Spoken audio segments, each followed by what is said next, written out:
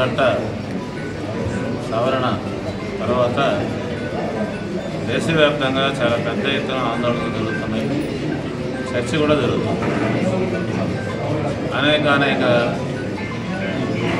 అపసవ్య వాదనలను ముందుకు తీసుకొచ్చి కేంద్రంలోని బీజేపీ ప్రభుత్వం ఈ వక్ఫ్ చట్టాన్ని సవరించింది. ముస్లింలకు సంబంధించిన వక్ఫ్లో ఇతర మతాల వాళ్ళు కూడా ఉండొచ్చు అని చెప్పి నిర్ణయించింది. ఈ భూములకు రిజిస్ట్రేషన్ చూపకపోతే మేము స్వాధీనం చేసుకోవచ్చు అంటూ కలెక్టర్లకు నిర్ణయాధికారం ఇచ్చింది. ఇంకా చాలా వివాదాస్పదమైన విషయాలను నిలబెట్టింది. మేమైతే అభిప్రాయపడుతున్నామంటే ఇదంతా ఒక పథకం ప్రకారంగా జరుగుతున్నటువంటి ప్రయత్నం, లేకపోతే ఇందులో దురదృష్టవశాత్తు ఆంధ్రప్రదేశ్ ప్రభుత్వం కూడా అంత ఇంత భాగస్వామి. వాళ్ళు ఏం మాట్లాడాలి? రేపు పొద్దున ప్రతి నగరంలో ఏదో ఒక భూమి విషయంలో వివాదం రేపి దాని చుట్టూ ప్రజలు ఇటు అటు మోహరింపబడి విద్వేషాలు పెరిగి గందరగోళం జరిగితే జనం మిగతా విషయాలు మాట్లాడుకోవడం మానేస్తారు. నిరుద్యోగాన్ని గురించి కానీ, పేదరికాన్ని గురించి కానీ, కార్పొరేట్లకి ఉన్న పళ్ళంగా మొత్తం సంపదని అప్పచెప్పడం విషయంలో కానీ, విద్యారంగంలో, ఆరోగ్య రంగంలో దేశం ఏ 130 స్థానంలో ఉండడానికి గురించి కానీ ఇదేమీ చర్చ కాదు. ఇవన్నీ ఘోరమైన వైఫల్యాలు బీజేపీ ప్రభుత్వం అధికారంలో వచ్చిన తర్వాత. ఈ వైఫల్యాలను కప్పిపుచ్చి ప్రజలు తమ దైనందిన వ్యవహారాలకు దూరంగా లేనిపోని విద్వేషాల్లో రగిలి ఈ దేశం గందరగోళంలోకి వెళ్ళడానికి చేసినటువంటి ఉద్దేశపూర్వకమైన పథకం ప్రకారం జరిగిన పన్నాగం అని చెప్పి నేనైతే అభిప్రాయపడుతున్నాను. అందువల్ల ఇదేదో ముస్లింలకు సంబంధించిన వాళ్ళ ఆస్తులకు సంబంధించిన విషయంగా కాకుండా దేశ సమగ్రతకు సంబంధించిన, దేశ భవిష్యత్తుకు సంబంధించిన, మనమందరము శాంతి సామరస్యాలతో జీవించడమే రేపు కష్టమైపోయేటటువంటి పరిస్థితికి సంబంధించిన అంశంగా చూడాలని చెప్పి ఆ వైపున ఈ చట్టాన్ని వ్యతిరేకించాలని చెప్పి మేము కోరుతున్నాం. పేరుతో ఈరోజు ఇక్కడ రౌండ్ టేబుల్ సమావేశం. ఈ రౌండ్ టేబుల్ సమావేశంలో అనేక రాజకీయ పార్టీలు, ప్రజా సంఘాలు పాల్గొన్నాయి. ప్రధానంగా ఈ వక్ఫ్ సవరణ చట్టానికి వ్యతిరేకంగా ఈ సదస్సు నిర్వహిస్తున్నాం. ఏదైతే ఈ సవరణ తీసుకొచ్చారో బీజేపీ ప్రభుత్వం, ఆర్ఎస్ఎస్ వెనకుండి దీన్ని నడిపిస్తుంది. భారతదేశంలో పార్లమెంటులో 288 మంది వ్యతిరేకించిన వాళ్ళందరూ ముస్లిమ్స్ కాదు, అందరూ ఉన్నారు. ఈ రాజ్యాంగాన్ని, లౌకిక రాజ్యాంగాన్ని కాపాడాలి. ఏదైతే ఈ సవరణని వ్యతిరేకిస్తూ పార్లమెంట్లో కూడా మాట్లాడారు. అయితే దురదృష్టం ఏంటంటే మన ఆంధ్ర రాష్ట్రంలో ఉన్నటువంటి తెలుగుదేశం కానీ, జనసేన ఈ రెండు బలపరచడం, నితీష్ కుమార్ బలపరచడం, ఈ సవరణగా తీసుకొని వచ్చేదానికి ప్రధాన పాత్ర వీళ్ళు నిర్వహించారు. అందువల్ల ఆంధ్ర రాష్ట్రంలో కూడా ఈ ప్రభుత్వాలు ఏవైతే ఉన్నాయో ప్రజలకు అనుకూలంగా లేకుండా బీజేపీ ఆడే నాటకంలో ఈరోజు వరకు అనేక మత విభజన తీసుకొని వచ్చేదానికి ప్రయత్నం చేస్తున్నారు. దాంట్లో భాగంగానే లౌకిక రాజ్యాంగ పరిరక్షణ వేదిక పేరు మీద ఏదైతే ఈ సవరణ తీసుకొచ్చామో ప్రధానంగా మైనార్టీలకు సంబంధించినటువంటి వాళ్ళ ఆస్తులకు సంబంధించినటువంటి దర్గా విషయాల్లో కానీ, మసీదులకు సంబంధించినట్టు కానీ, అట్లాగనే వాళ్ళకి సంబంధించినటువంటి ఒక వృత్తి కోర్సులు కానీ, విద్యలో కానీ ఇలాంటి ఆస్తులన్నీ కూడా ఇతరులు కూడా దాంట్లో ఉండవచ్చు అనేటువంటిది చెప్పడం జరిగింది. అయితే 22 మంది ఉంటే నలుగురు ఉండొచ్చు, 11 మంది ఉంటే 2 ఉండొచ్చు అనేటువంటిది కూడా ఈరోజు చెప్తున్నారు. అయితే ఇతర అనేక మతాలకు సంబంధించినటువంటి దాంట్లో కూడా ఇలాంటి ఎక్కడా లేవు.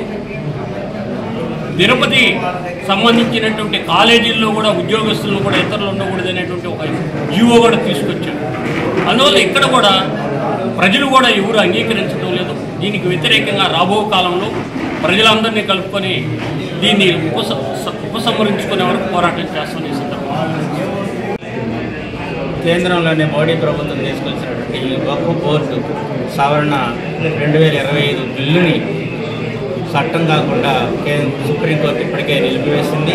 దాన్ని పూర్తిగా ఉపసంహరించుకోవాలని చెప్పి నెల్లూరులో జరుగుతున్న రౌండ్ టేబుల్ సమావేశం కోరుతూ ఉంది.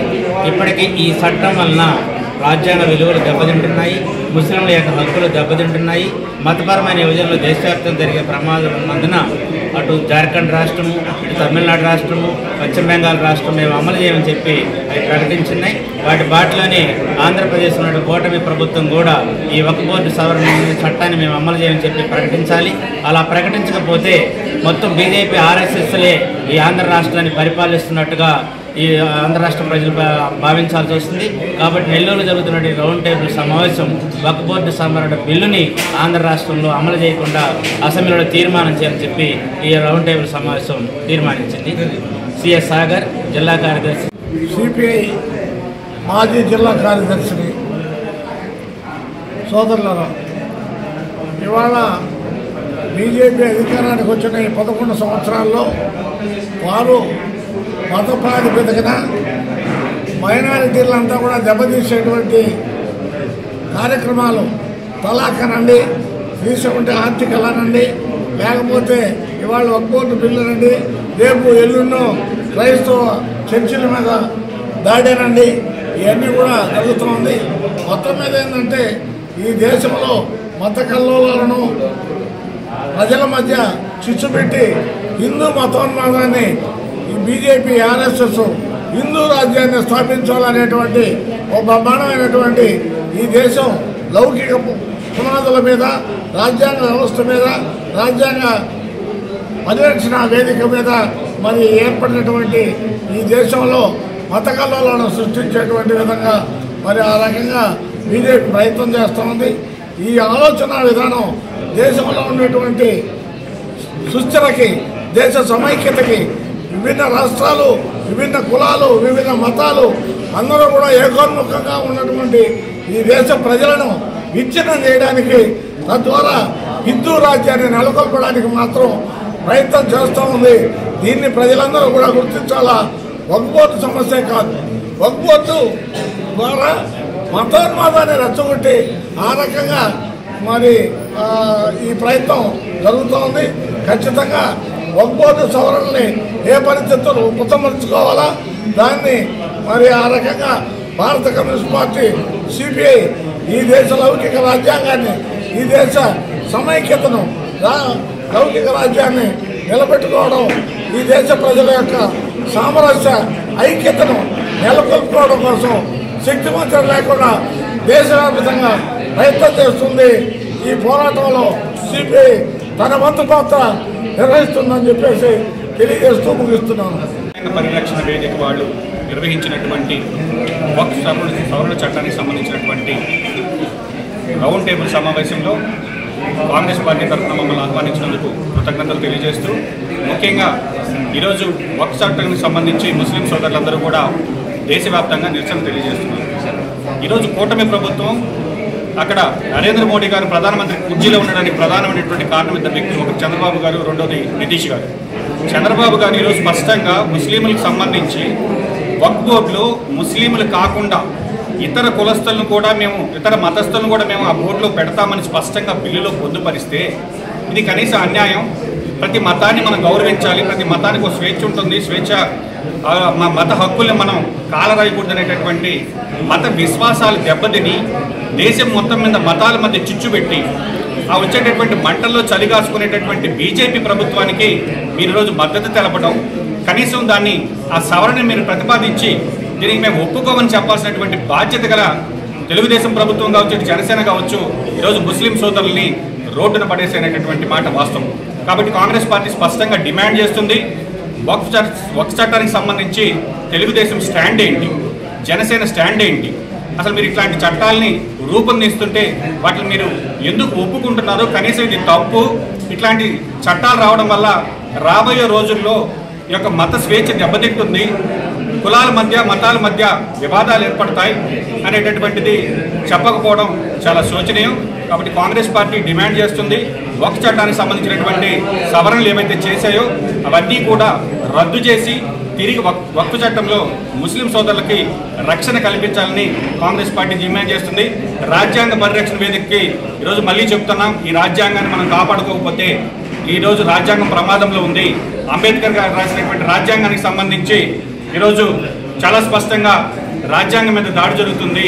ఈ రాజ్యాంగాన్ని కాపాడుకోవాల్సిన బాధ్యత ప్రతి ఒక్క పౌరుడి మీద ఉందని తెలియజేస్తూ ఇది బీజేపీ వాళ్ళు ఈ వక్ఫ్ నిరసనలకు సంబంధించి దీన్ని మనం ఏ విధంగా డైవర్ట్ చేయాలి అనే దాని మీద ఆలోచించి మొన్న ఒక చర్య చేపట్టారు. అదే నేషనల్ హెరాల్డ్ కేసులో 11 సంవత్సరాల నాడు పెట్టినటువంటి కేసులో ఈ వక్ఫ్ ముస్లిం సోదరులందరూ కూడా రోడ్ల మీదకి వచ్చి మీడియా అటెన్షన్ అంతా డైవర్షన్ చేయడం కోసం దానిలో మళ్ళీ ఈడీ ఛార్జ్ షీట్లో రాహుల్ గాంధీ పేరు, సోనియా గాంధీ గారి పేరు పెట్టి ఈ యొక్క వక్ఫ్ మీద జరిగేటటువంటి నిరసనలన్నింటినీ డైవర్షన్ చేయడం కోసం డైవర్షన్ పాలిటిక్స్ బీజేపీ చేస్తుంది. కాబట్టి దీన్ని అందరూ కూడా దేశ ప్రజలు గమనించాలని కాంగ్రెస్ పార్టీ కోరుతుంది.